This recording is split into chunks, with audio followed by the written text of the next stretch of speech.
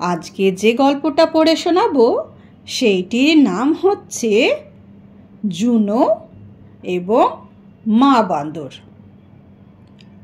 একবার দেবতাদের রানী জুনো বনের সব পশুদের বাচ্চা সমেত সমবেত হতে বললেন।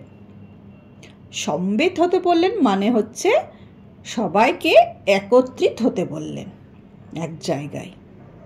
তিনি তখন ঘোষণা করলেন, পশুদের বাচ্চাদের মধ্যে যে সবচেয়ে সুন্দর হবে তাকে আমি একটা মূল্যবান পুরস্কার দেব।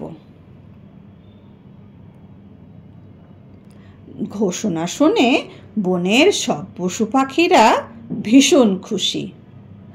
তখন তারা তাদের বাচ্চাদের কোলে পিঠে নিয়ে এক জায়গায় এসে মিলিত হলো। তখন রানী এক এক করে সবার কাছে গিয়ে বাচ্চাদের দেখতে লাগলেন এবং আদর করতে লাগলেন। একটা বাঁদর তার ছোট্ট বাচ্চাকে কোলে নিয়ে এক কোণায় চুপচাপ বসেছিল। রানী বাঁদরের নাক চ্যাপ্টা ভোঁতা মুখো বাচ্চাকে দেখে ঘৃণায় নাক কুঁচকে বললেন, ছি, একে কি বিচ্ছিরি দেখতে! এ কোনো মতেই পুরস্কার পাবার যোগ্য নয়। রানীর এই কথা শুনে মা বাঁদরের খুবই দুঃখ হলো। আর বাচ্চাটা তখন কি বলল জানো?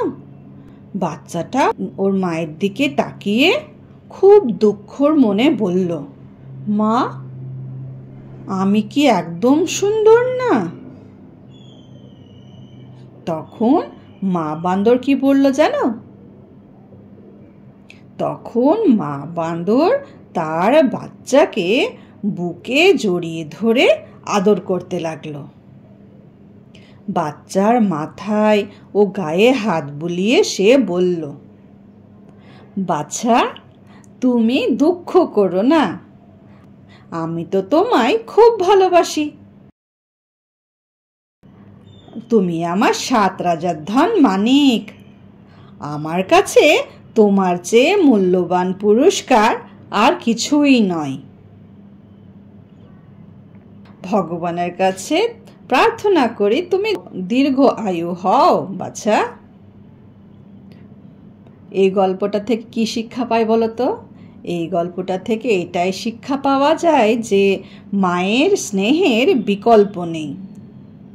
বাচ্চা যেমনই হোক না কেন, কিন্তু সে হচ্ছে মায়ের ফেভারিট, আর মায়ের সব থেকে প্রিয় পুরস্কার সেটাই।